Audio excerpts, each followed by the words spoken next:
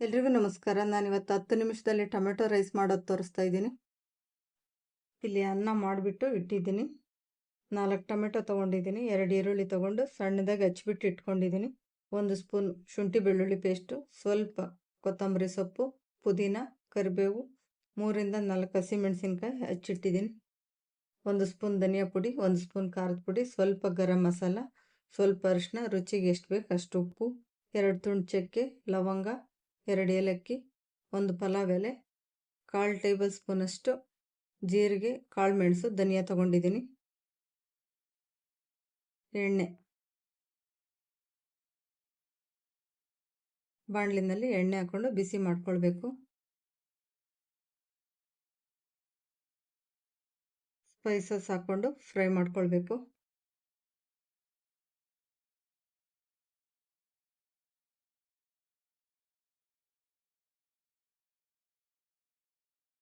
ಈರುಳ್ಳಿ ಸೇರಿಸ್ಕೊಂಡು ಫ್ರೈ ಮಾಡ್ಕೊಳ್ತೀನಿ.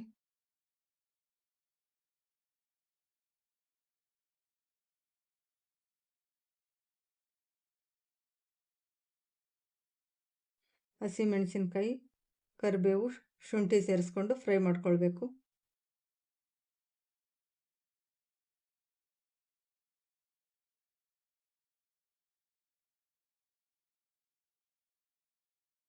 ಟೊಮೆಟೊ ಸಾಫ್ಟ್ ಆಗೋ ತನಕ ಫ್ರೈ ಮಾಡ್ಕೊಳ್ಬೇಕು.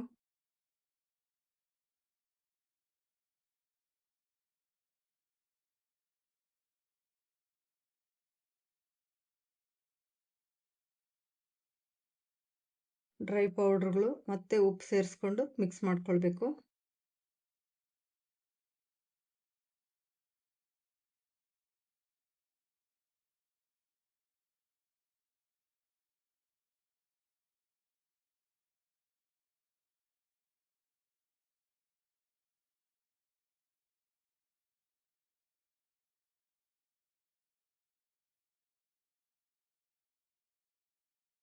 ಸ್ವಲ್ಪ ಪುದೀನ, ಕೊತ್ತಂಬರಿ ಸೊಪ್ಪು ಹಾಕ್ಕೊಳ್ಬೇಕು.